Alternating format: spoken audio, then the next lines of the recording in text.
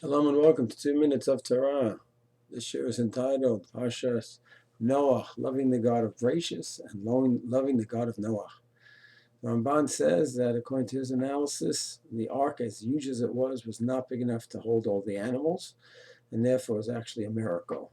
Somehow God worked it out that all the animals in the world could stay on the ark, even though in terms of pure laws of physics, it could not work out.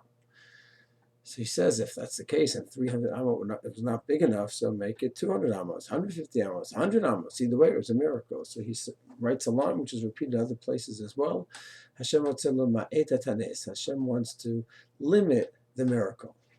And the question, of course, is what does that mean? Like Tzion, and the Ramban brings a few possibilities. One is that Hashem wants to keep an even playing field regarding Bechira Chavshis. If he's always throwing Nisim at us, then we'll, so to speak, be compelled to believe in him and the Torah, etc., etc., and then it will almost be like it's on us, forced upon us. Hashem wants to give us a choice. This is the world, this is the creation, this is the indication that Hashem exists, and you could figure it out. You have Bechira. It's one approach.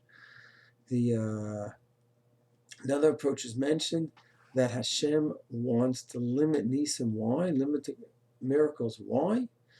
Because he wants to keep the world of nature going as is. I think it's a fascinating approach. The fact is, Hashem in Parsha Braishit has created the laws of nature, physics, astronomy, biology, zoology, botany. You could just go on and on. In every place that we turn in the universe, there's more Chachmas Hashem, wisdom of Hashem. Hashem created these laws of nature, how the human body works, how the world is existing, how it's growing. The whatever approach one has, as long as God is involved in the process, overseeing the laws of nature.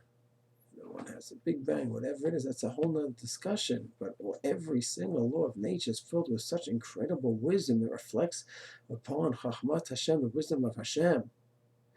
And therefore, Hashem is mama'it the nisim, because there's a danger. There's a danger that one could go ahead and just connect to Hashem only through nisim, and only through miracles. God, what have you done for me lately? As opposed to just appreciating, God, what a beautiful world you created.